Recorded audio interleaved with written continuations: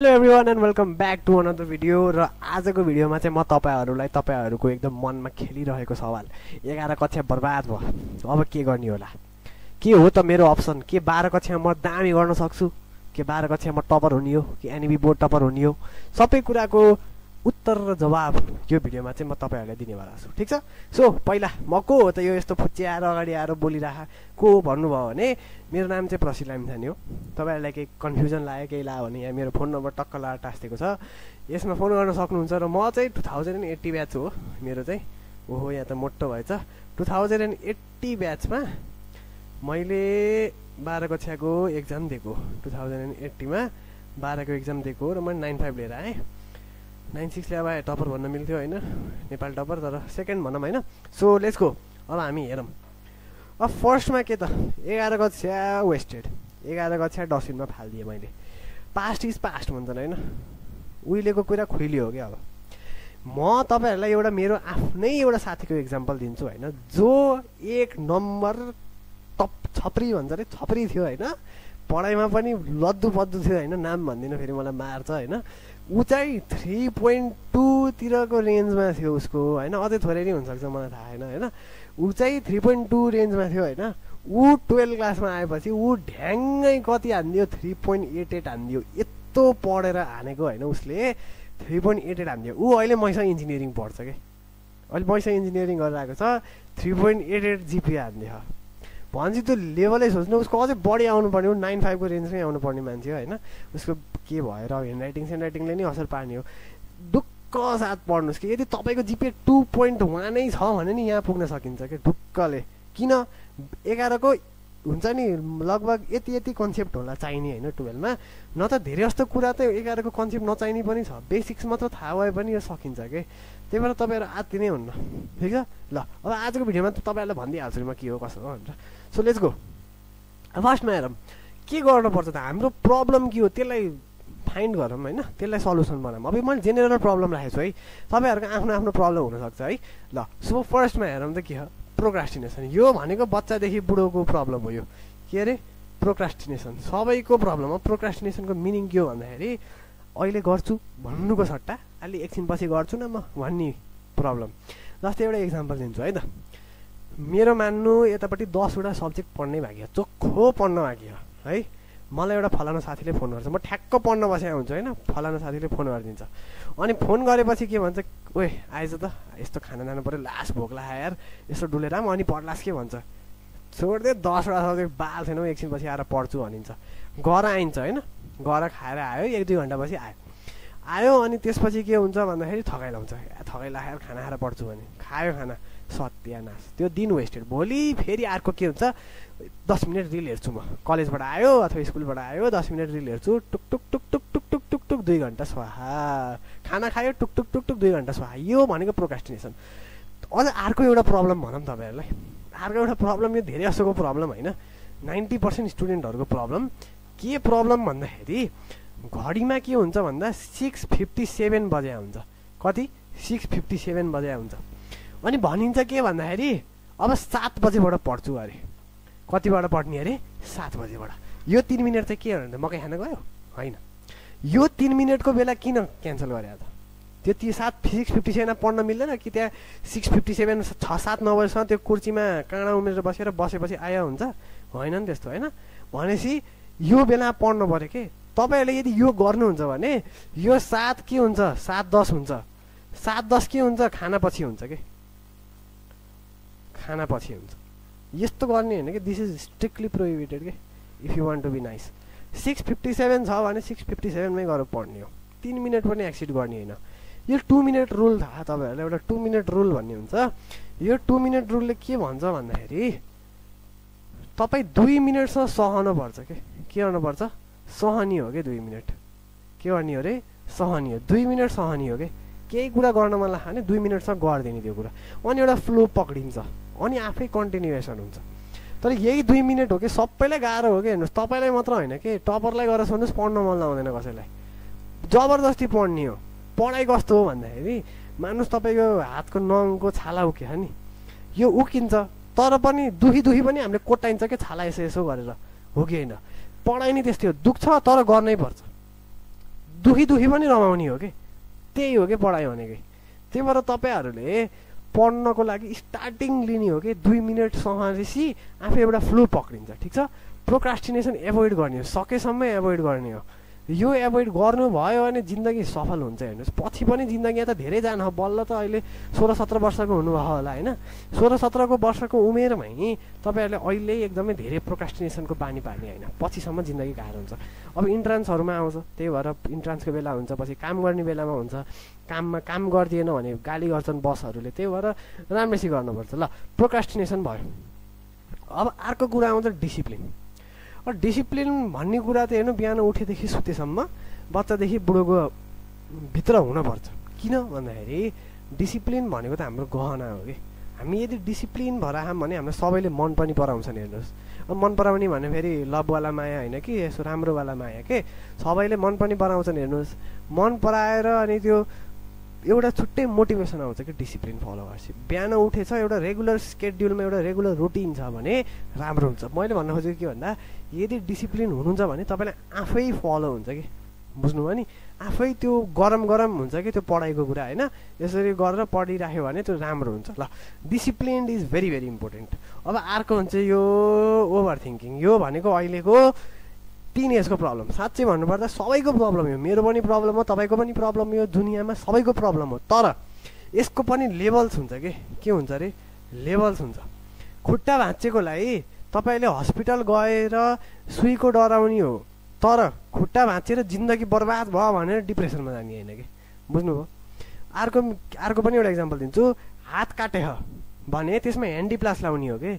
हात काटे भनेर ओहो डराएर अब त बर्बाद भयो, 2-3 महिना वेस्ट हुने भयो मेरो हात काटे भनेर सोचेर डराएर बस्ने होइन। ठिक छ, यो भनेको के भन्दा जे प्रब्लम भए पनि बिन्दास लड्ने हो। अर्को एउटा के इक्जाम्पल दिउँ भन्दा, यदि तपाईँहरूलाई एउटा प्रब्लम छ, त्यो प्रब्लमलाई गुगलमा गएर हाल्नुहोस् होइन। यति धेरै भिडियोज आउँछ, यति धेरै भिडियो आउँछ होइन। त्यो भन्नुको अर्थ के हो त? त्यो भन्नुको अर्थ तपाईँलाई जुन प्रब्लम भयो त्यति धेरै मान्छेलाई पनि भयो कि त्यो प्रब्लम। त्यही भएर तपाईँ एक्लै हुनुहुन्न कि त्यो प्रब्लम भएको।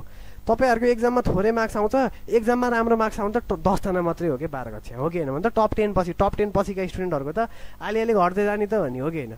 त्यही 10 जना मात्र अब खुसी हुने हो र होइन नि त। नराम्रो मार्क्स ल्याउने धेरै हुन्छन्, राम्रो ल्याउने थोरै हुन्छन् के भन्छ। तपाईँ आत्तिनु पर्दैन। ठिक छ, दुनियाँमा धेरै मान्छे छन् जसलाई अहिलेसम्म 2+2 = 4 पनि थाहा छैन, उहाँहरू चाहिँ अहिले 12 कक्षा पढ्दै हुनुहुन्छ।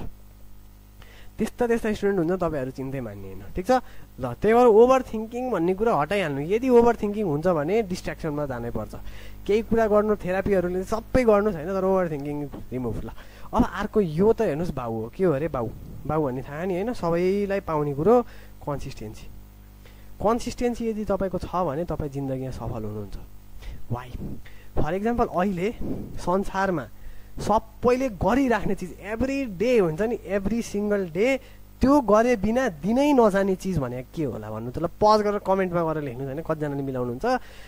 हरेक दिन एउटाले गरे हुन्छ, तपाईँले पनि गरिराख्नुपर्छ हो। एभ्री सिङ्गल डे तपाईँले त्यो गर्नुहुन्छ। त्यो भनेको फोनलाई अनलक गर्ने।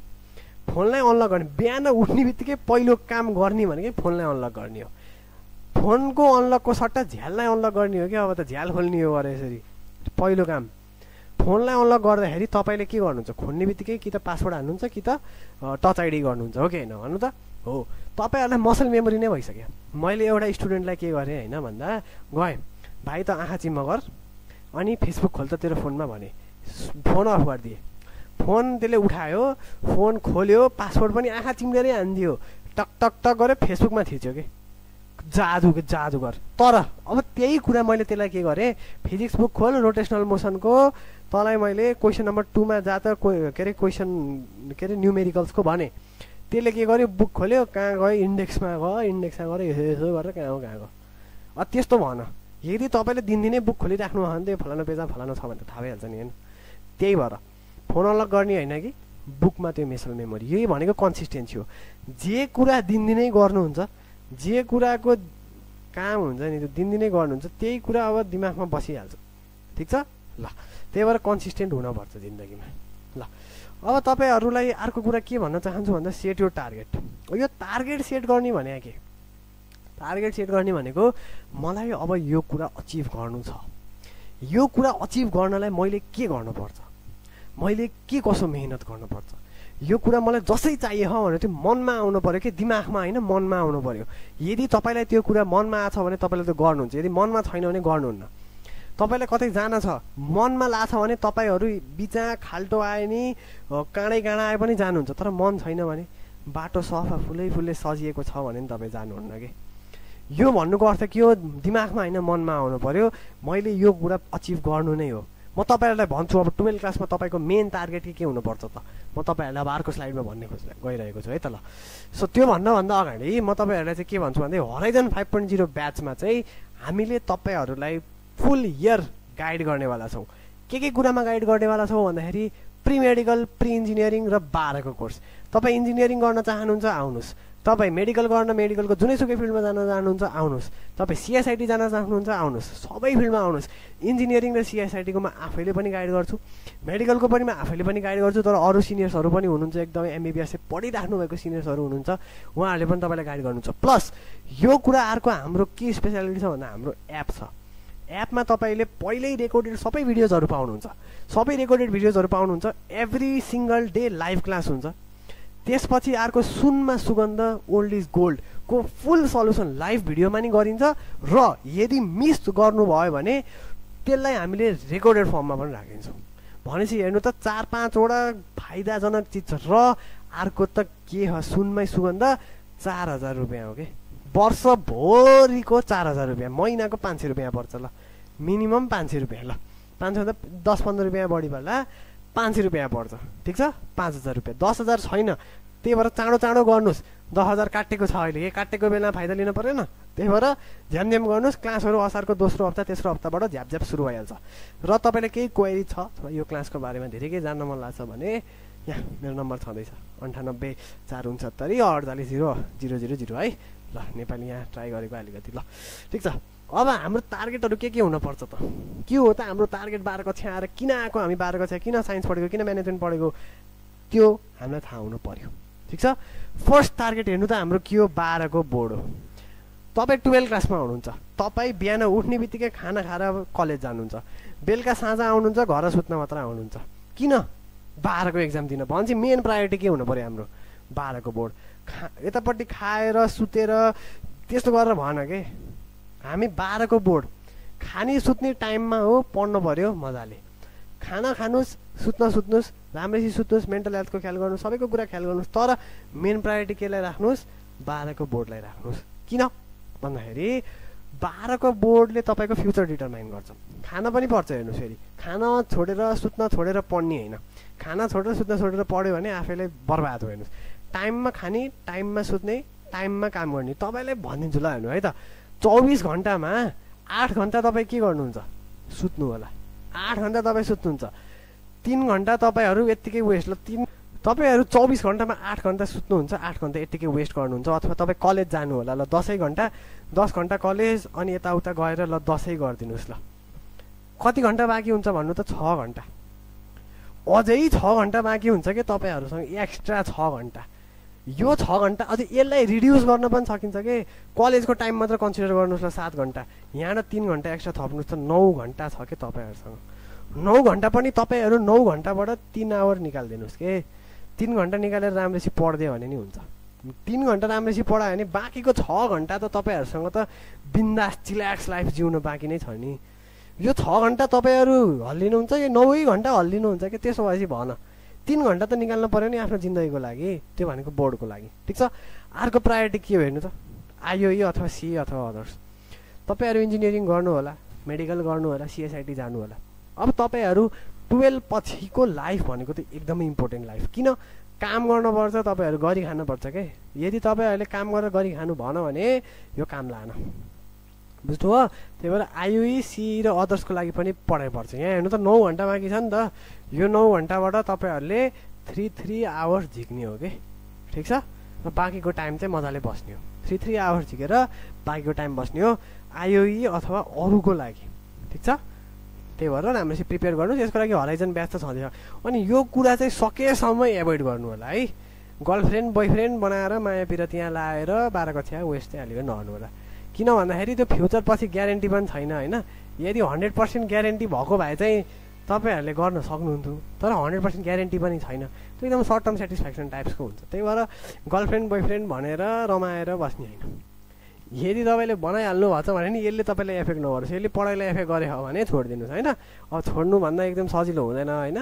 त्यही पनि यो कुरा सकेसम्म चाहिँ अलिकति एभोइड गर्नु, गरे पनि अलिकति मेच्योरली होइन सोचेर हुन पऱ्यो। तर यो कुरालाई एभोइड गरेको जो छ नि होइन, त्यो भनेको बेस्ट स्टुडेन्ट हुन्छ।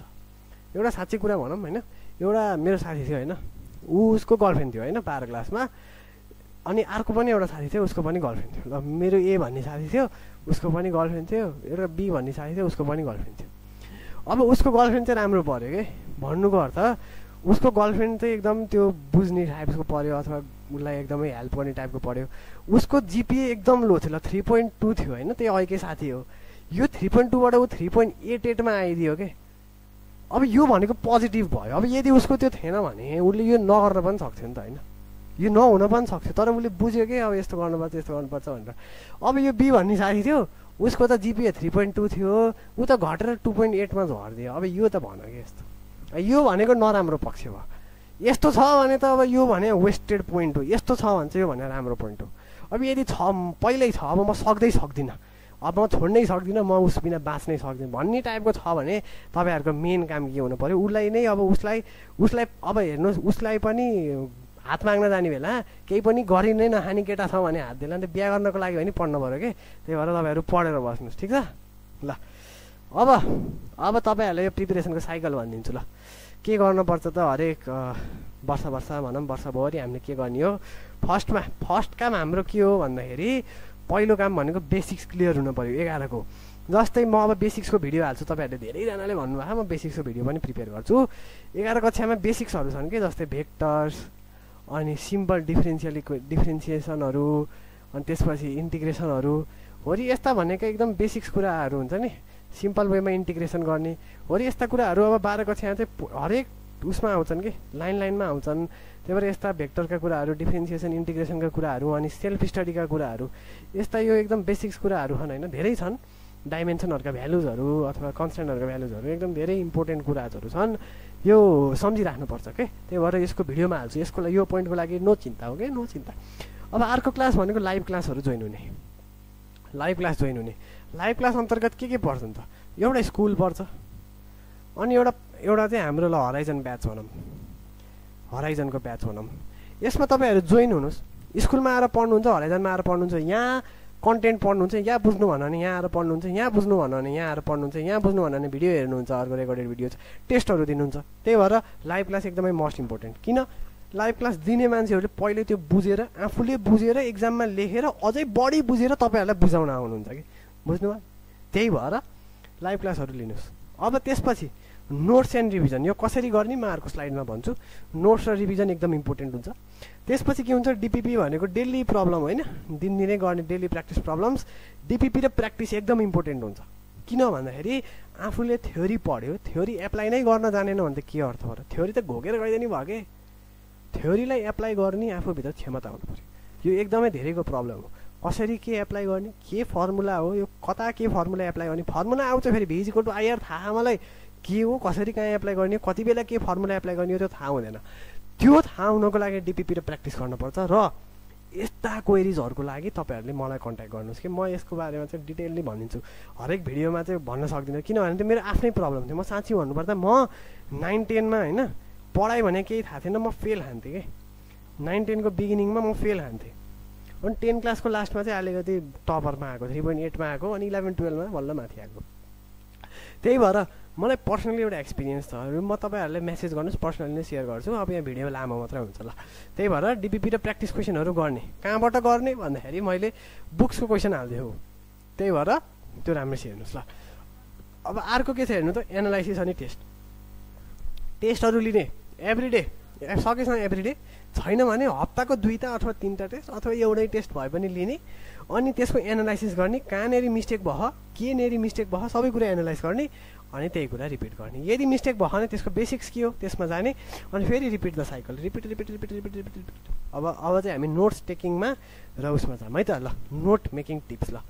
अब नोट मेकिङ टिप्समा चाहिँ म तपाईँहरूलाई के कुराहरू भन्छु भन्दा, पहिला हुन्छ अब एउटा नोटको एक्जाम्पल दिउँ है त मैले पहिला पनि भनिसकेको कुरा हो यो मान्नुहोस् एउटा नोटबुकको पेज हो ठिक छ यो के को पेज हो अरे नोटबुकको पेज हो अनि नोटबुकको पेजमा चाहिँ तपाईहरुले के गर्नुस् भन्दाखेरि मान्नुहोस् यतापट्टि चाहिँ तपाईको लेसन सक्यो यहाँनेरि लेसन के भयो सक्यो यहाँनेरि लेसन सक्यो अब तपाईहरुले यो पेजमा के गर्नुस् भन्दाखेरि यसरी दुईटा कोलममा डिभाइड गर्दिनुस् दुईटा कोलममा डिभाइड गर्दिनुस् अनि यतापट्टि डेफिनेसन भन्नुस् के भन्ने डेफिनेसन यतापट्टि तपाईहरुले फर्मुलाज भन्दिनुस् के भन्नुस् फर्मुलाज भन्दिनुस् अब यहाँ तपाईहरुले जम्मै थोक लेख्ने हैन डेफिनेसन भन्नु सबैको डेफिनेसन लेखेर बस्ने हैन यहाँ तपाईहरुले के गर्ने हो भन्दाखेरि यहाँ तपाईको मेन काम भनेको टुप्पो मात्र लेख्ने फर एक्जाम्पल तपाईहरुले मान्नु काइनेमेटिक्स पढ्नु भएन 11 मा काइनेमेटिक्सको फर एक्जाम्पल यहाँ प्रोजेक्टाइल लेख्ने के यसरी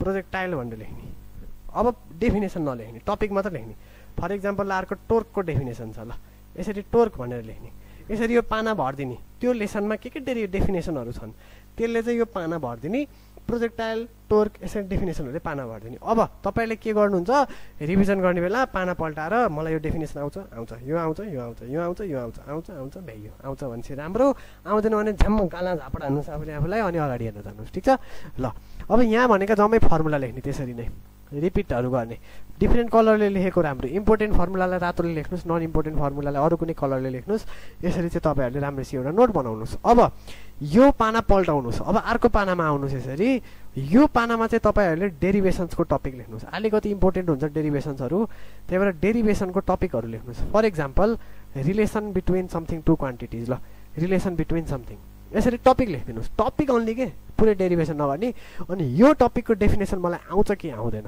त्यो भनेर हेर्नु पर्यो यो डेरिभेटिभको टपिक मलाई आउँछ कि आउँदैन यो फलानो टपिक आउँछ कि आउँदैन भनेर आफूले एनालाइज गर्ने ठीक छ ल अब यो भयो लेसन सकेपछि यसरी बनाउने तीनटा पेज जाला चारवटा पेज जाला गर्ने हैन सबै इम्पोर्टेन्ट लामोनेस अनुसार हुन्छ नि त कतिको लेन्दी लेसन छ भन्ने कुरामा फरक पर्छ ल अब अर्को के हुन्छ भन्दाखेरि यो नेपालमा प्र्याक्टिस छैन खासै तर इन्डियातिर बढी प्र्याक्टिस गरेको देखिन्छ के प्र्याक्टिस गरेको देखिन्छ भन्दाखेरि एउटा मिस्टेक कपी बनाउने के बनाउने मिस्टेक कपी बनाउने पातलो खाले बनाए नि हुन्छ पातलो कपी बनाउने पातलीवाला बनाउने अनि यसमा चाहिँ मैले के क्वेशनहरु मिस्टेक गरे यो मैले गर्थे के हो मिस्टेक कपी भन्ने एकदमै हेल्पफुल भयो मलाई चाहिँ मिस्टेक कपी भन्ने अनि कुन क्वेशनहरु मिस्टेक गरे त भनेर चाहिँ लेखिराख्ने मेनली एमसीक्यूज मा नि हेल्प गर्छ अरु बेला नि हेल्प गर्छ मिस्टेक कपी बनाएर पातलो खाले केमिस्ट्री फिजिक्स र म्याथको लागि एउटा कपी बनाए भयो अनि त्यो म्याथको लागि एउटा केमिस्ट्रीलाई एउटा फिजिक्सलाई एउटा अनि त्यसपछि यो गर्ने अनि त के मिस्टेक भयो त्यो कुराहरु लेखेर राख्ने ठीक छ ल अनि यो मिस्टेकहरु भएपछि एकदमै सजिलो हुन्छ अनि अर्को हामीले छोड्ने कुरा के हो भन्दाखेरि क्वेशन रिभिजन अफ क्वेशन्स ल रिभिजन अफ क्वेशन्स यो कुरा गरिदैन के हामीले कुन क्वेशनहरु गर्यौं त पहिला पीवाईक्यूजहरु गर्ने बेलामा के गर्यौं मेनली भनेको त पीवाईक्यूज हो के पास्ट इयर क्वेशन्स यो कहाँबाट गर्ने ओल्ड इज गोल्ड यो मैले हरेक चोटी भने हो यो यति इम्पोर्टेन्ट छ कि हैन तपाईले हेर्नुस् मेरो फिजिक्सको पहिलाको भिडियो चाहिँ मैले सबै ओल्ड इज गोल्डको क्वेशनहरु गराएको थिए हैन फिजिक्सको 75% न्यूमेरिकल त्यहीबाट परेको के एक्जाममा ठ्याक्कै कपी पेस्ट भ्यालु मात्र डिफरेन्स थियो होला अलिअलि तर 75% त्यहीबाट पर्यो त्यही भएर ओल्ड इज गोल्डको एकदमै इम्पोर्टेन्ट छ मैले फेरि यतिकै झुट बोलेको नि हैन गरे प्रुफ पनि छ मेरो ल हेर्नुस् है त यहाँ ओल्ड इज गोल्ड पीवाईक्यूजहरु राम्ररी गर्ने अनि यो कुराहरु चाहिँ राम्ररी ध्यान दिएर गर्नु पर्यो अब मेन काम भनेको त बेसिक्स हो बेसिक्सको म भिडियोहरु ल्याउँछु अनि पढिराख्ने अलिअलि अब विधाहरुमा चाहिँ अलिकति आफूले माइन्ड मेकअप राख्ने चिल माइन्डमा बस्ने सो आजको लागि चाहिँ यति नै थियो धेरै लामो नबनाम सो हराइजन 5.0 ब्याचको लागि चाहिँ तल डिस्क्रिप्सनमा लिंक पनि छ सबैजना जोइन हुनु होला so thank for watching bye bye see you next time bye bye tata by